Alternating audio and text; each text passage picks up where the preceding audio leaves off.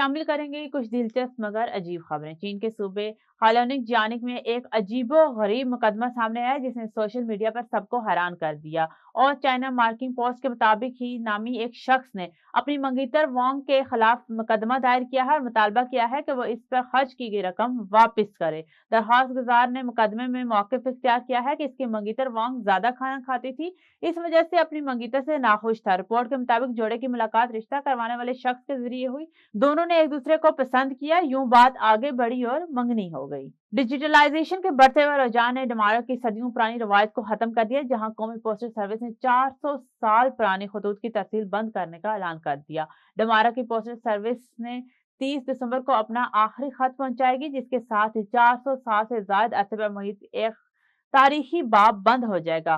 Post 2009 में Sweden और Denmark की पोस्टल सर्विस के इंजमाम के बाद कायम हुई थी। आप आज साल की तवील तरीन रात गुजार चुके हैं, जबकि आज का दिन साल का मुख्तसर दिन करार दे दिया गया है।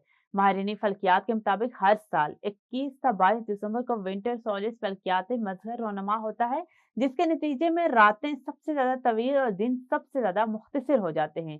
महकमा मौसमियात के मुताबिक कराची में साल की तवील तरीन रात का दौरानिया 13 घंटे और 25 मिनट रिकॉर्ड किया गया, जबकि दिन का दौरानिया महज 10 घंटे और 35 मिनट होगा। ये साल भर में दिन और रात के दौरानिया का सबसे नुमाया फर्क है। विंटर सोलिस जमीन की सूरज की गर्दिश और इसके महवर के झुकाव के बायस वकूअ पजीर होता है।